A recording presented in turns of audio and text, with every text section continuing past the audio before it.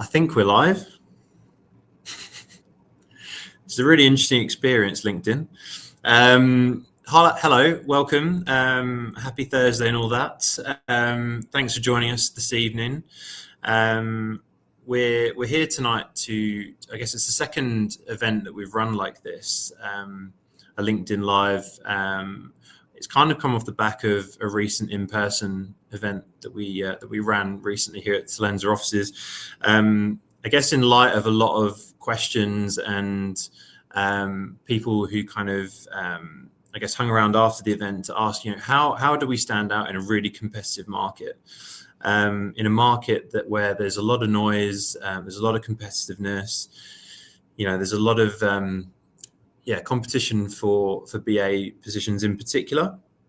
So we wanted to get everyone together just to, I guess, talk through some positive kind of solutions and things that you can do to differentiate yourself in such a tight market. Without further ado, I'd like to begin by acknowledging obviously the traditional owners of the land on which we meet today, the Gadigal people of the Eora Nation, and pay my respects to elders past and present. I would also like to introduce you to my colleague AJ Walters, who I'm guessing a lot of you would have spoken to or met with in the past or seen a lot of her LinkedIn content. So without further ado, welcome AJ as well. Thank you, Adam, and thanks so much everyone for joining on this beautiful, beautiful evening here in Sydney. Also to those that are returning, the last LinkedIn Live that we did was earlier in the year, which was a little bit more specific around CV formatting. So, this one's going to be a little bit different, as Adam mentioned, and hopefully we can answer some of those really, pending questions. Adam and I have been talking about it, obviously, for the last couple of weeks about, we have a lot of these conversations day to day. So we really feel like we can add value in this space. For a short introduction, for those that I haven't met, I recruit in the business analysis space within financial services, specifically banking, and I've been lucky to work alongside Adam for the last 4 years. So I'll hand it back to Adam for him to give it a rundown on what he looks after. Yeah, so I look after pretty much everything insurance here at Talenza, so everything insurance projects and transformation related. And BAs obviously sit within that. Recruited across broader financial services previously as well, particularly banking. So hi to anyone I haven't already met before as well. I guess a bit of housekeeping. Obviously, there's a few of you online here. We're going to be looking and monitoring a lot of the questions that are coming through. We'll try our best to answer as many of them either as we go along or towards the end, or even if there's hundreds of comments and questions, then we may do some sort of follow-up post. I guess, we've got like 45 minutes. We're trying to add as much value within that time as possible within that time frame. But, feel free to connect with us outside of this space as well. And we'll endeavour to answer as many questions as we can as well. So why does this all matter? Like, why have we put all this together? And I guess the crux of this really is about, as we say, like standing out in today's market. So we'll give you a bit of a flavour of like understanding what the landscape looks like, what today's market looks like, how you can stand out from the crowd, and what kind of skills will elevate you and differentiate you from a lot of your, I guess, your competition. And obviously tonight, as well as Adam mentioned, we are keen to really cover these key areas. And, as we're seeing already, we've already got a few questions coming through in the chat. So we will try to answer them as we go. But otherwise, we will, stick to these few areas, obviously, for the next 45 minutes or so. So as the three areas that we're specifically going to focus on tonight is initially a question that has been coming up a lot, particularly in this really competitive market, is how to focus and engage in that network. And a lot of you are very experienced, some of you not so much. So how to engage in your current network that you may have, acquired over the last, 10 to 15 years. And for those as well, whether or not you're new to the Australian market or, not, kind of building on your experience, how to really, utilize that network that you have gained over the last couple of years. Second of all, a really big question that has coming up, I would say, almost day to day within Adam and my space is CVs in the age that we're dealing with in artificial intelligence. We are seeing so many different CVs come through every single day, and we've got some really kind of, I guess, important points to focus on, particularly with the world of recruitment, the world of talent acquisition changing technology-wise, and how, from a candidate lens, how you guys can really keep up with that, and I guess some tips and tricks around how to make sure that your CV is equipped for the newest technology. The final area that we'll focus on today is preparing and performing well in interviews, particularly in such a competitive market. This is the final step of that, hiring process, and making sure that you're really in the best position to do well, obviously during the interview, but also, making sure that there are some key areas to make sure that you're covering in the actual interview itself. So without further ado, I know we've still got some people joining, but we have lots to cover tonight within a short time frame. And I know many of you are on the way home, or kids' dinner, bits and pieces. So we kind of want to jump straight into it. So I will hand it over to Adam to kick off our first key point of tonight. I guess one of the big things that I'm really banging the drum for at the moment is the value of networking. Being connected to not only your peers, but making sure that you're well connected to project managers, program managers, making sure that you're if you're leaving roles, making sure that you're leaving with a good impression made, and a good connection made. That means you can kind of lean back on those people. Your networking is really valuable, and we all know that Sydney is a very small, tight market, particularly if you go really niche in terms of being quite specialised within a certain area. Whether that's banking or insurance, or within the government space, or any sort of niche vertical. It's just good to have a black book, so to speak, of people that you can lean on, and people that would advocate for your work, people that would rehire you. I guess the BAs that we've really seen rise to the top, in particularly in recent times, are those people that we've worked with on numerous occasions, 2, 3, 4 times plus, and because it just carries weight, right? And there's networking in terms of those people that you've worked with. There's networking with us. We're part of that network as well. So we're here to kind of link people together. But obviously carries more weight if there's advocates and people that that can advocate for your work, basically. So why networking works is that you can. There's proven, demonstrable experience that and also just relationships, right? Like being a good BA is heavily geared towards how you fit within a team, and being a good BA is about being inquisitive, being likable, being personable, building really strong relationships anyway. So networking should be an intrinsic part of your job, and I think it's becoming even more prevalent and important in the current age, where there's a rise of technology, there's a rise of AI. So to answer a question, how are you going to elevate yourself in the current age of AI and technology and transformation, is by being human, by being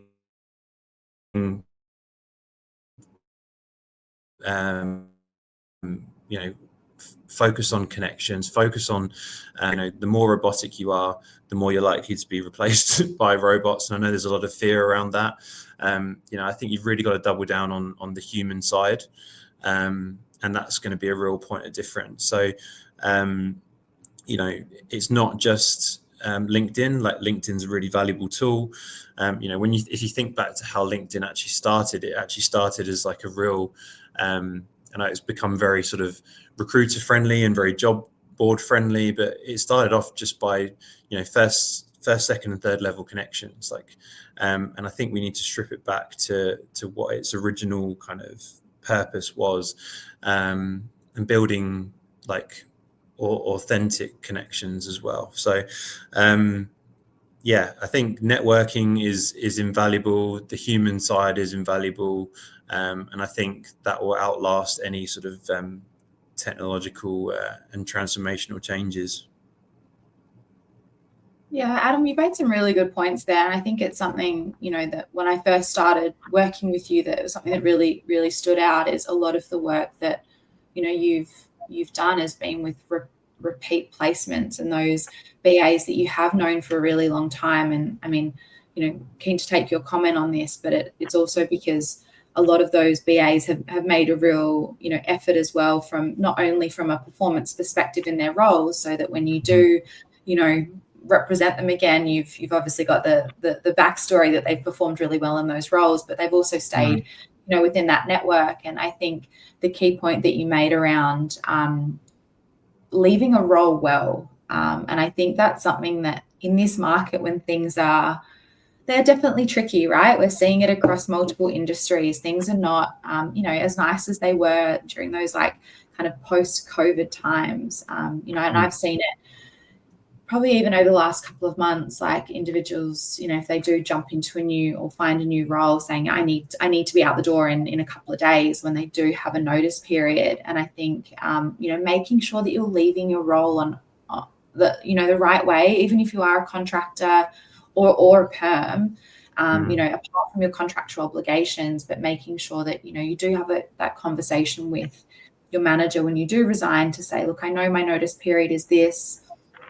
My new employer does want me really ASAP, but is there, if I can get a slightly delayed start date, would that be helpful? You can't always do it every time, but I think that's one really good way to make sure that you're leaving things as nicely as possible, just so that, if you want to go back there, right? Like you hopefully be welcomed to an extent with, open arms.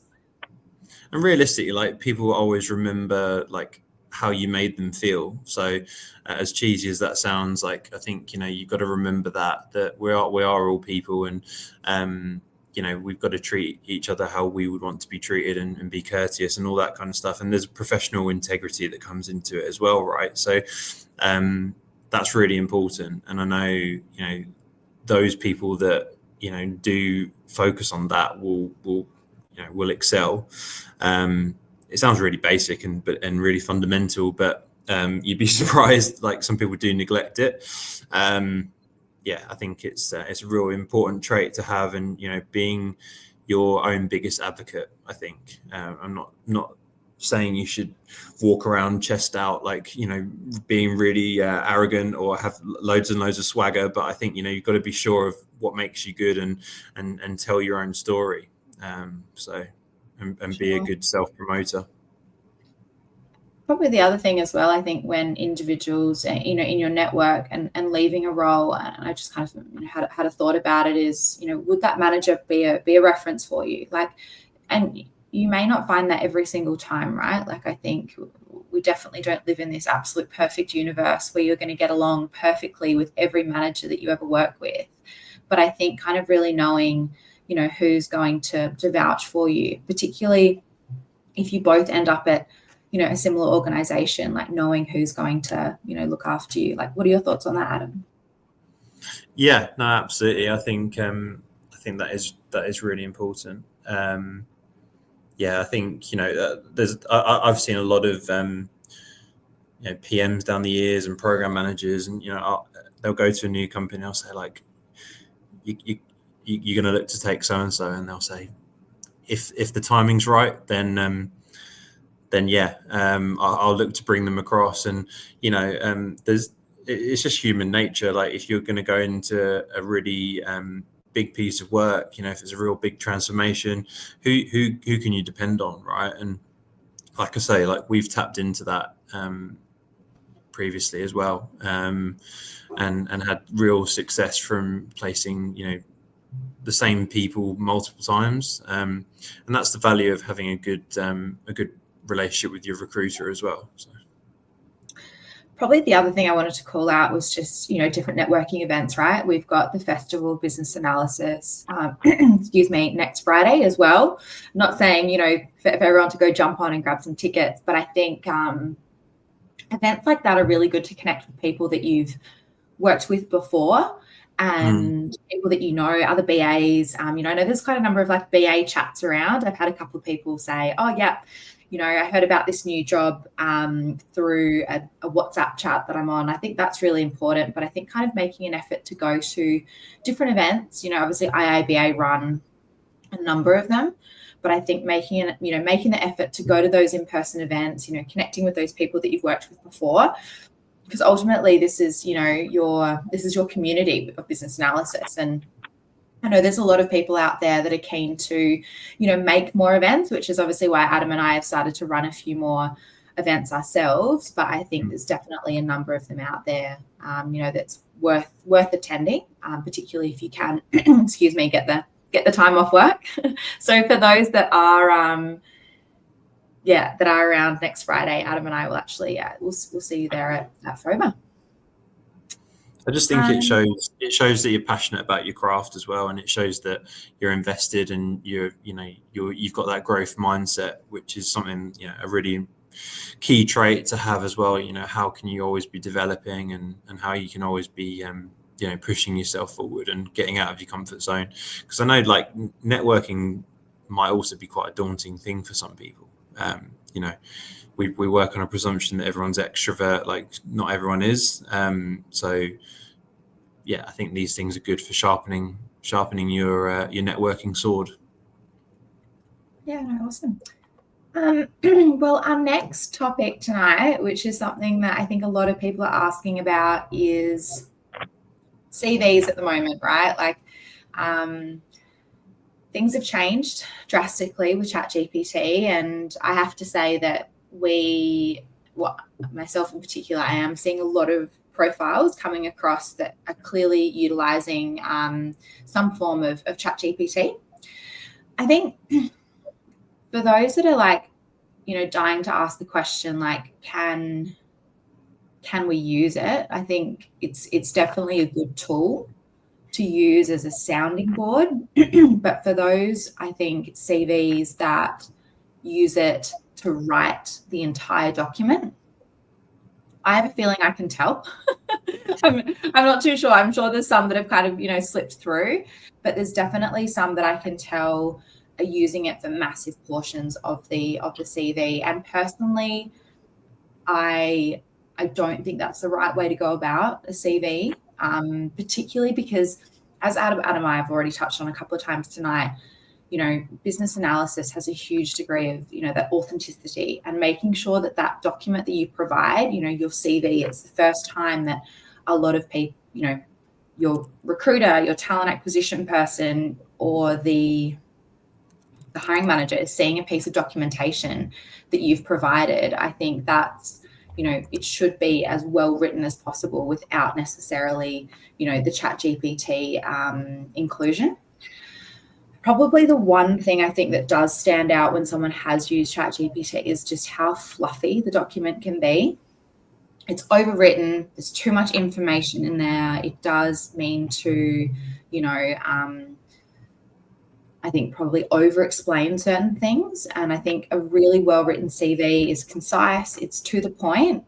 And something I touched on in my last LinkedIn Live was just on like a structural basis. Like, you don't want your CV to get too long, regardless. But I think each section where you do discuss, exactly the last job that you had, having 3 key areas. So the projects that you've worked on, in dot point form, your responsibilities also in dot point form, and then a couple of listed achievements. And I think keeping the responsibilities really concise is key, which from the CVs I've seen that ChatGPT has obviously helped with, these are all very long-winded. And Adam and I obviously are quite specialized in the areas that we recruit in, so we can tell when a project is being explained in quite a strange way. But yeah, those were kind of the key areas I think that I wanted to highlight with CVs that are written by ChatGPT. In saying that though, using it to potentially explain something a little bit better, or to, potentially use it to grab some extra synonyms on something, I think that's always helpful. But making sure it's your own written document, I think is really important. What are your thoughts on that, Adam? Yeah, I'd say, make it more authentic intelligence rather than artificial. Like ultimately as a BA, you're measured on your documentation skills as one of the elements of your role, right? So, your CV should be your best piece of documentation, and it's your CV is your ticket to the dance, so to speak. So, only you can talk about with confidence about what you've done and what you've achieved, and I think what AJ's saying is spot on. Like, I use ChatGPT myself as a sounding board, but I would never use it to replace my own voice. And I think it's important to be authentic. And I know there's a lot of noise and there's a lot of conjecture around AI because cynical people will say, well, companies are using AI to strip these CVs, so why not just use AI on top of the AI? And it gets quite confusing because you get into a state of like analysis paralysis where you feel like you've got to really make your CV look and present in a certain way, whether that's to fit through the AI tools or whether it's to fit through ATS systems, or there's a lot of noise, as I say, around that. But I think we need to kind of go back to using it as a sounding board, but making sure that what you're putting on your CV is authentic. And I think you've also just got to be mindful of you're putting your head above the parapet if you're saying stuff that can be really questioned as well. So making sure you're comfortable with actually if someone's going to probe your CV, like that you actually can speak with conviction around that, because like AJ says, if you're using an AI tool, some stuff can get exaggerated or misconstrued. And I think everyone also, a disclaimer about ChatGPT is that people work on the assumption that the data is 100% accurate. Like there's been some real horror stories recently of people using ChatGPT and actually spitting out some and taking it as read, but actually the information isn't quite correct. And I'm not saying you would just copy and paste whatever ChatGPT. I mean, if you do, that's really silly. But I think it's about making it authentic to you and what you've done. And I guess it kind of comes on to another piece of feedback. It's really like lasering in on what have you done, because it will come onto it in the interview sort of fundamentals as well. But people fall down often on questions around what have you actually done in your project rather than what has the project achieved. And it's you've got to just be making sure that everything on your CV can be answered. I don't know, sorry, that was a very long-winded explanation there, but I get quite passionate about it because I think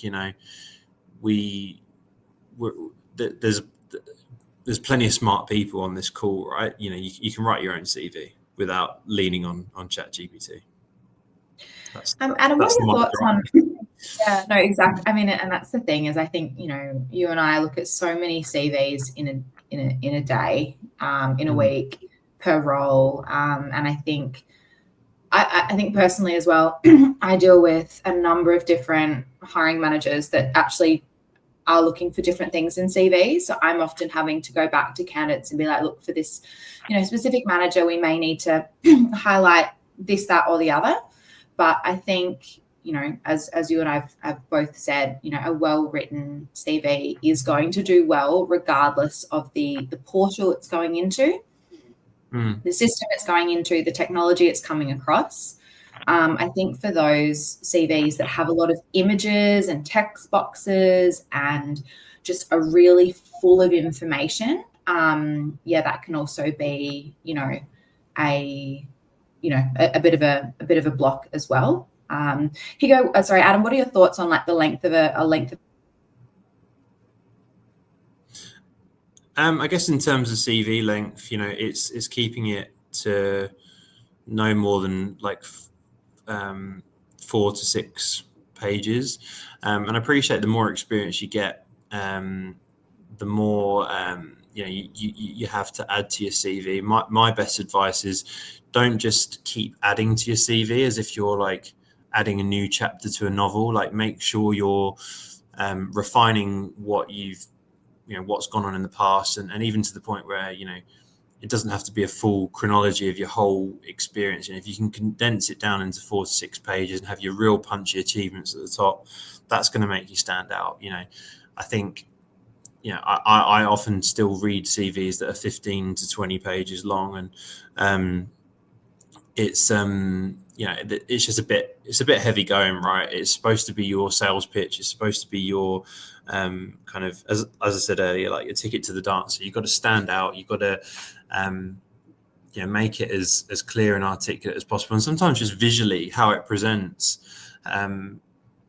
it carries a lot of weight, right? If I get an attachment through that's 15 to 20 pages, I'm going to be like, with all honesty, like how much am I going to read of this? And there's the age-old thing where a lot of people will list a lot of their responsibilities, and like if you're a career BA and a career contractor, how many times you need to write as is and to be, and that you're good at documentation. That anything you can, anything that's duplicated can just be stripped right back. So yeah, I think that's my best advice for CV length as well.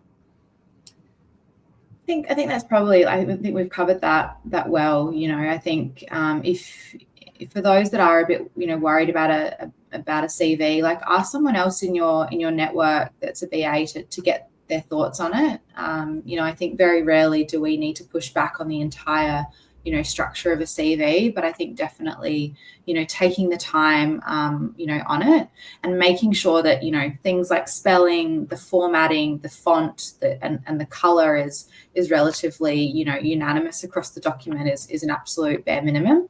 And for those that have been in perm roles for a really long time, or just the same role for a really long time, and you do need, some help on a CV, there's plenty out there. I'd probably personally stay away from those like typical templates that you find on anything, but and we always mention it as well, making sure that you provide it in PDF or Word. I know some people do find other forms of documents helpful, but I think making sure that you provide it in either of those is also a good use for any online portal that you're having to send a CV into, because that's definitely going to be the best format to submit it as well. For any of those that do have any further CV questions, I think we've covered that. But yeah, feel free to drop them into the chat. So we'll move on to the next key point, which is interview fundamentals. So I'll hand it back to Adam.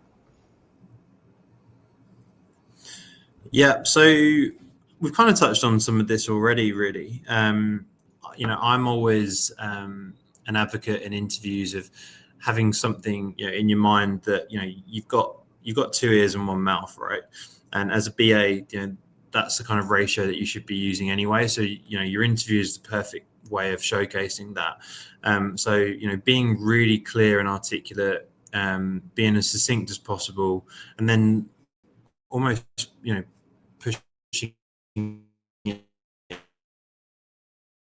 back on the interview and like being inquisitive, asking questions.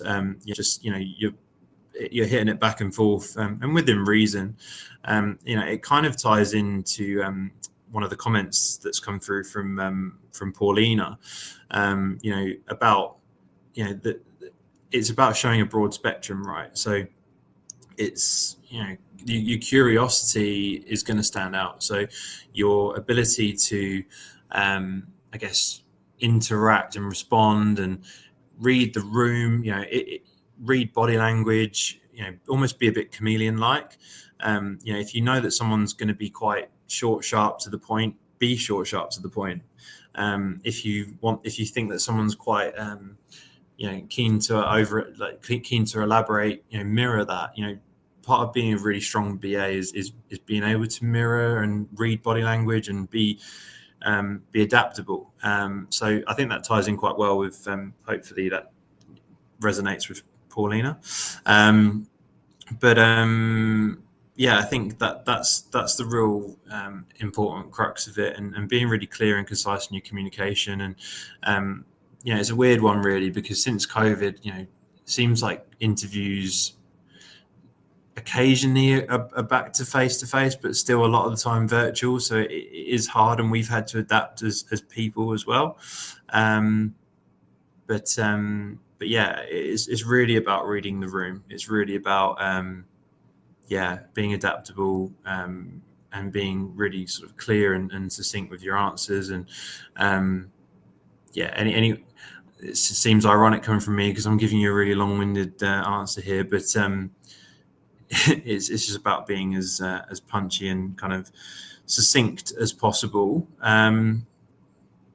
Not sure if we've lost AJ very briefly here, but I'll carry on. I'll also answer a few questions while AJ's away. Gareth, hi Gareth, nice to see you. Thanks for coming in. I guess, any thoughts on moving up and out from comfort zones? Went to a conference on business transformation yesterday. BA skills are universally applicable. I totally agree. I think there's an element of being a BA in any role, really. To Paulina's point, like those core skills should hold you in good stead for most roles, and really,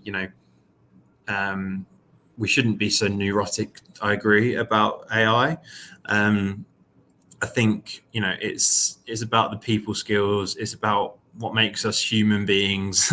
As cheesy again as that sounds, it's that's our point of difference, right? And no element of robotics is going to necessarily replace that. So we're always going to need the human skills, and the people that can demonstrate those skills will ultimately rise to the top there. So thanks for that question, Gareth. I totally agree with you. Cheo, I know you've put through some questions as well. I do agree with you, and I think we did discuss this in the in-person event that we had recently around like what recruiters look for in BA profiles. I totally agree. Like we are still in some pockets like very focused on specific domain experience. And can I answer the question around why hiring managers are not open to cross-domain BAs? I would say that if it's not coming through already from me, like I would reaffirm that BAs should be adaptable. BAs should be able to turn their hand at most things. I appreciate sometimes there are niche skill sets that might be essential to a program, but as I've said many times before as well,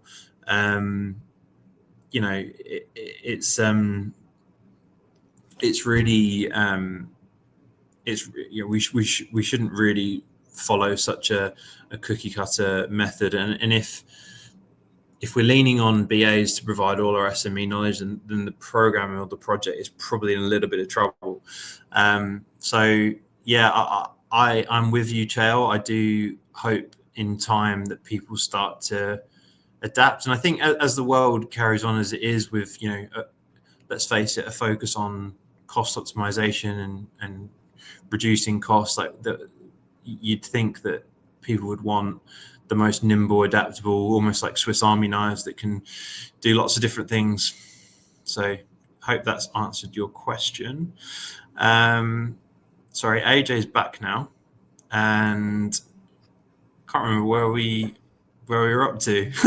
I've just been rambling and answering questions. Were we But key takeaways for interviews? Sorry, everyone, have we covered that? Key interview fundamentals, really just being short, sharp, succinct, reading the room, asking really good questions. It really does pain me when hiring managers say, we asked them if they had any questions and they didn't, because I would imagine as a BA you'd have 101 questions. It's really important to show engagement. It's really important to show you've got a real positive kind of growth mindset. So yeah, I think we've covered most things there. I think probably the only other thing I wanted to add, and sorry if you've already mentioned this, Adam, I think a lot of the, organizations that we recruit for, and, it doesn't come up that often, but I think really making sure you've done your research on the organization, which I know is super basic, but I probably just, want to call it out, because I think particularly for those that maybe have, a lot of, or hopefully not loads and loads of different opportunities coming through, but making sure that you do prepare, specifically for each one, and that you do know what's happening within the organization, whether or not it's just, having a look at a couple of news articles, or, what their values are, or what kind of big transformation programs they are going through, and having a real clear answer of why you want to work there. I think I probably have seen it in my recruitment career a few times where candidates have been called out of not having like a clear reason. And, sometimes that happens to be, AJ from Talenza headhunted me. Like, that's obviously a fair answer, but I think there's got to be some interest shown in the organization and what the organization, is about, particularly because Adam and I do recruit for a lot of organizations which are very customer centric, and a lot of them are going through really big pieces of work that are about, enhancing the customer experience in one way, shape, or form. And so really understanding where that organization is looking to go over the next couple of years, because I think, and I've personally found it more than ever, and we have touched on this multiple times tonight, is like hiring managers and organizations, they obviously want the best person for the role from a skill set perspective. But I think I have seen it a lot is like, such and such is great for the role, and they are also a really good fit for the organization. And that can mean a number of different things that, you touched on it as well, Adam, like having that nimble, dynamic ability, to deal with potentially multiple change as well. But also for those that, do have at least researched the vision of where the organization is going, because we're seeing some big brands go through some big changes, and they're having to, because it's very competitive across banking, insurance, super, across financial services. And I know that our colleague Ash is seeing that across commerce and industry as well. So they want people that are going to put their best foot forward for the organization. So you're not going in there into the interview saying you'd make a great CEO, but you are there being like, I appreciate how important my piece of the puzzle sits within this greater play. And I think, I think probably we are seeing it more than ever, particularly within banking, because it's become so competitive across a number of those different products. Would you say the same across insurance? Yeah, no, I would. I think insurance has gone through an interesting sort of phase where, like you say, they're trying to be really customer centric whilst also kind of trying to enhance, the technology in the back end. And, it really does need people that are inquisitive, nimble, can see the bigger picture. I think, those soft skills are really what's going to differentiate you. And, obviously you need a lot of an element of IQ, but I would argue that you probably almost need more EQ, and that ability to read people, adapt, evolve. We're going through like a real really exciting, but some people find it quite daunting, which I understand. But we're also going through a really exciting period of change and transformation that you should embrace. And as a BA, like I think it's a really exciting time to be a BA as well. For those of you who are at our in-house event, like Michael from my IBA kind of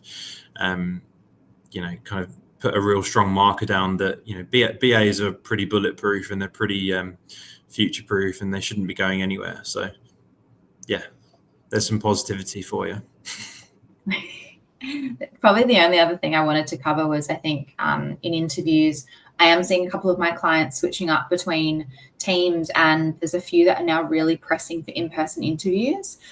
So I think, and sorry if this was covered, but I think really making sure that when you are on a Teams call or a Zoom or whatever it happens to be, where you are in a virtual interview, really making sure that you are bringing that energy as well. I think it's so easy in this day and age just to kind of sit back and you are hiding behind a screen, literally. And I think really making sure that you're there putting your best foot forward. And I think particularly in the contract market, the number of times I've had candidates having to interview at like 5 o'clock in the evening, late on a Thursday or Friday. The week is kind of coming to its end, so I know that makes it really difficult. But I think bringing that energy when it does come, to that basically go time. And to your point as well, Adam, about having hiring managers saying, oh, such and such didn't ask any questions. Like, I think always maybe my advice is just to have a few questions in your back pocket if it comes, if it does come down to it. Like, you probably don't want to ask definitely don't ask something that's already been answered, but maybe having one or two there that is kind of worth covering, or worth at least asking to, if there is a bit of that kind of awkward silence, at the end of the interview. And for those that are having to, that are making the effort to interview in person, I know it's a big change because a lot of people haven't had to over the years. But I think, more and more hiring managers are going to keep pushing for that. So definitely. I don't know if you're seeing it as well on your side, Adam. Definitely. No, definitely. In an ideal world, we go back to more in-person interviews than not, I think, because, there's something to be said about, getting yourself pumped, getting to an interview, 15, 20 minutes before, having a coffee, I know it sounds really old school, but, making sure you're presentable, and, just people feed off that energy a lot more in person, I think. Seems ironic saying that when we're doing a virtual event, but I think I would like that to be more skewed back towards in-person interviews, and I think we will see that at some point. Yeah, I completely agree. I know it's always tough, particularly for those that the schedules don't always align. I know it makes it tough. But guys, we are going to jump into just a bit of some Q&A time, because I know Adam's already covered a couple of the questions while I was offline. So if there are any burning questions, please drop them into the chat. We've got a little bit of time now to cover them. So just one from Ashish about transitioning from testing into business analysis, which is a really good question, because actually just the other week I was involved in a recruitment process where a tester has moved into a junior BA role. So I think probably my first thing is to definitely look at, and this is really, really simple, but first and foremost, speaking with someone in your current team that is a business analyst and trying to work out whether it's a bit of like a mentorship program or if there's more BA work, that you can get involved in within your current team. I think that change always has to happen as close to home as possible, because as Adam and I have been talking about tonight, the market is incredibly competitive at the moment. So we are seeing, the senior BAs, the most experienced with the most suitable skills and program and industry background are, going to top of shortlists. So I think trying to transition externally into a BA role for the first time is always going to be tricky. So trying to do that in your organization, in your current team, is probably, would be my first bit of advice. Second of all, looking at the BA certifications. I know I've mentioned IIBA tonight, but they do have an entry to business analysis course, which is quite good. There are some other ones in the industry that I'd also look into. Yeah, what are your thoughts on that, Adam?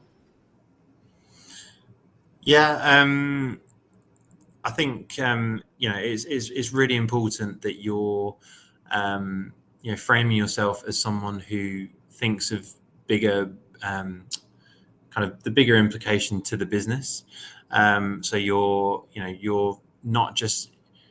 I think a lot of people go from a testing background to BAs, but they've kind of not really switched off the testing mindset. So you've got to obviously think about, testing is always going to be an element of business analysis, and it's going to play a part. But I think sometimes I've seen in the past BAs who lean too much on the testing side. So you kind of got to open up your mindset a little bit as well. Not saying that's true for everyone, but I think you've got to think about. I say it all the time. Like, business analysis is a spectrum between technical and the business, and different BAs fall along that spectrum. And if you align yourself too far to the technical, it could be useful, but it also might detach you from the business side. So you just got to be thinking as end to end as possible. But I hope that answers the question. And I think for those other areas as well that are looking, other skill sets that are looking to transition into business analysis, the amazing thing about, this role is it plays such a crucial part in so many different industries. And, I think I can probably speak to, the hundreds of BAs that I've been lucky to engage with, and they all come from completely different backgrounds, which is amazing. I think I truly, to be fair, I truly don't believe that there's any other, role like this, where it does come, there's so many different backgrounds that you can come from to move into business analysis. I think definitely the background that you come from as well can put you in such a good position. It's funny, like when we speak to hiring managers, because I'll say, oh yeah, really like that such and such came from that type of background or this type of background, because that's going to actually help them a little bit in this role, even if that was maybe like 10, 15 years ago. It's not going to be the differential part of getting a role or not, but it's funny how those backgrounds, do make such a difference, well down the track. So I think for anyone else that is on this call that's looking to transition from a different technical background, or even, on the business side as well, I think, trying to find those opportunities internally is definitely going to be the best option for you. Particularly, I think, as we are seeing it over the next couple of years, it will remain. I think it will remain competitive for at least a little while. There was another question that jumped into the chat just about what areas are, kind of really hiring at the moment. And I think within my space, I'm not seeing anything that is absolutely standing out to anything else. We've kind of gone through in banking, the areas of cyber, of payments, fin crime risk, credit risk, those kind of key areas. And I think, particularly this time of the year as well, we are those kind of 8 to 9 weeks away from Christmas. There will be pockets of hiring where certain projects really need to make sure they're in a good position for January, but there's nothing in particular in my world that is standing out. I think we are probably seeing a little bit more around risk and cyber. And Adam and I have discussed it a lot tonight around anything that's very customer related, customer journey, even product enhancement. And that's just also from a customer lens, because we're dealing with the market of organizations that are really out there to make gains in the market. And that's what they're really doing from an internal perspective. Interestingly, I haven't seen loads of hiring business analysis for AI. We have seen it in some of our other areas of like data and engineering. There's definitely a bigger pickup there, but I think at the moment with AI, kind of being the talk of the town, as it has been over the last 18 months, 2 years or so.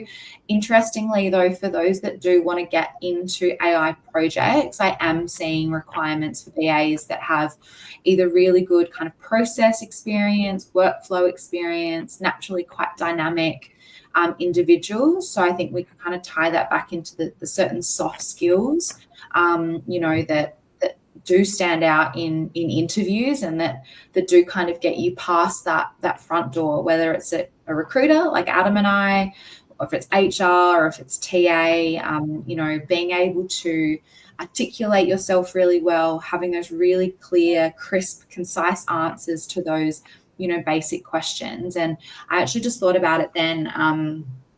I did have a situation a couple of weeks ago where a candidate had potentially used ChatGPT in a CV, and they, for the specific bit of experience that I was looking for, and when I got on the phone to them, like very clearly, like weren't able to articulate this piece of experience.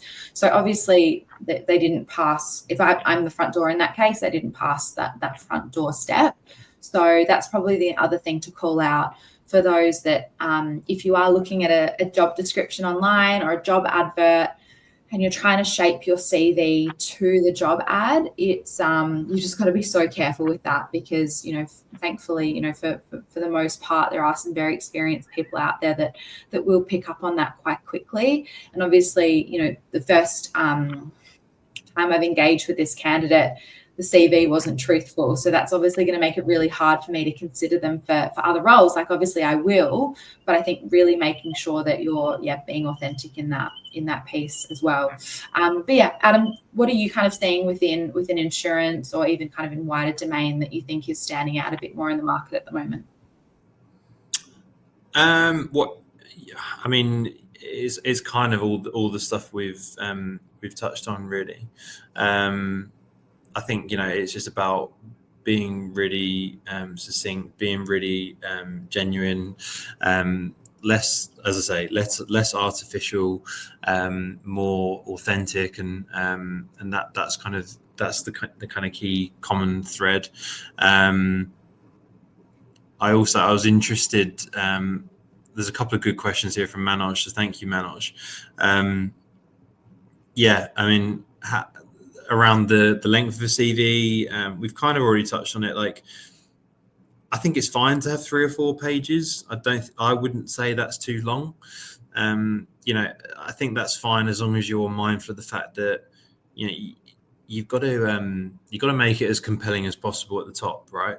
Why would someone want to read on? Almost, like if you pick up a novel and there's the first chapter just really like lures you in, that's the mindset you got to, because it's an advertisement for your experience. And I appreciate it gets hard when you've got 15-20 years of experience, so you want to just try and be condensing that into 3 or 4 pages as much as possible. And thanks, Manoj. You also asked a question around the, I guess, BA role potentially being replaced by product sort of type roles. I think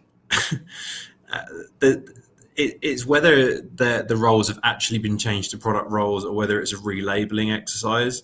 If that's the case, I would argue that there's the same common denominators, the same common skills that are needed to be successful. Product managers, just like product owners, just like BAs, they need to be able to be the conduit between the business and technology. And there was a period where everything seemed to be going much more product aligned, and agile. Companies were trying to be really agile and follow like Spotify models, and then kind of realize that perhaps that doesn't necessarily work in complex sort of regulatory like driven environments. So yeah, I think it's a really valid question. I think a lot of the banks are moving away from it, but are they actually moving away from the fundamentals of the role? I'd argue they're probably not. So I don't think a great deal changes there. And Linda's also asked, is it true that big brands are downsizing BA roles? I'd say that there's been a cost cutting exercise across financial services. How do you future-proof yourself? Well, you try and add as much value in as many key areas as you can and build really strong relationships. Really comes down to working hard and those kind of old school values as well. But also just showing that you're adaptable, showing you can pivot, showing you can deal with change. The BAs that are really prescriptive in how they work will get left behind, unfortunately. Much like any job role, whether it's project managers, program managers, if you make yourself kind of like a one-trick pony, like you're just taking a gamble, right? So you've got to diversify as much as possible. And yeah, I think Niraj asked a question around prior Australian work experience. Like, I think it's always like a real nice to have. I think it's always it's always good to understand the local environment. I mean, really, if you're a really strong BA anywhere in the world, like there's an argument that you should be able to turn your hand to most environments. I just think, and whether we're moving away from it now, I hope we kind of are, but like for as long as I've recruited in Australia, people always prefer that Australian market knowledge. But I guess if it's something really niche, for a while Australia was behind the UK and the US in some regards, so it was good to bring that knowledge across. Ultimately, I think we need to like diversify our ways of thinking as much as possible. So I would like to see some of the attitudes around that changing, but I also appreciate that Australia is quite a tough place to relocate to, quite a tough place to get a visa in, and I appreciate there's a lot of hoops to go through.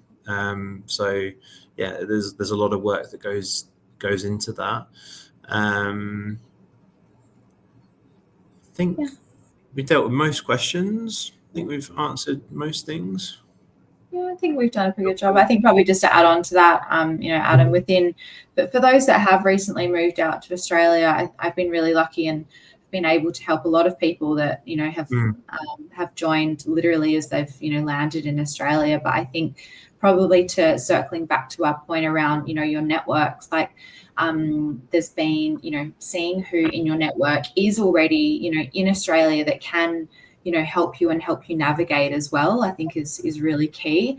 And for those that there was a gentleman I was speaking to just the other week, and he was it was only his kind of second role in Australia. And I think the one thing is with kind of navigating the market here in Australia, and I don't know, I've never recruited anywhere else, but I think being really transparent with the people that you're engaging with throughout the recruitment process is going to put you in a really good position, because ultimately, whether it is HR, hiring manager, talent acquisition, or recruiter, is being really open and honest around what you're looking for your next role, because ultimately that's just going to be able to help us help you really, as cliche as that sounds. For the most part, like, knowledge for us is power in helping you with your next role. Guys, we are just coming up to that 7 o'clock mark, so I think we'll have to leave it there. But if there's anything we've missed, feel free to just drop it into the chat, or you can obviously please connect with Adam and I on LinkedIn. I think we're both put a lot of time and effort into making sure that our LinkedIn posts, apart from the new opportunities that we do pop up every now and then, a lot of the stuff that we do try to get out there as well is to, to help those job seekers and help those in the market. So yeah, feel free to drop us a connect. And for those as well that are going to be there on Friday for the Festival of Business Analysis, yeah, we really look forward to, seeing you all there and connecting with some, with many of you that we have met in the past. So I think we'll say goodnight for now, and yeah, look forward to seeing many of you hopefully at our next event. Thank you, guys. I know it would have been easier to go on the beach tonight, but maybe you are at the beach. But yeah, thanks for your questions, and yeah, we look forward to staying connected.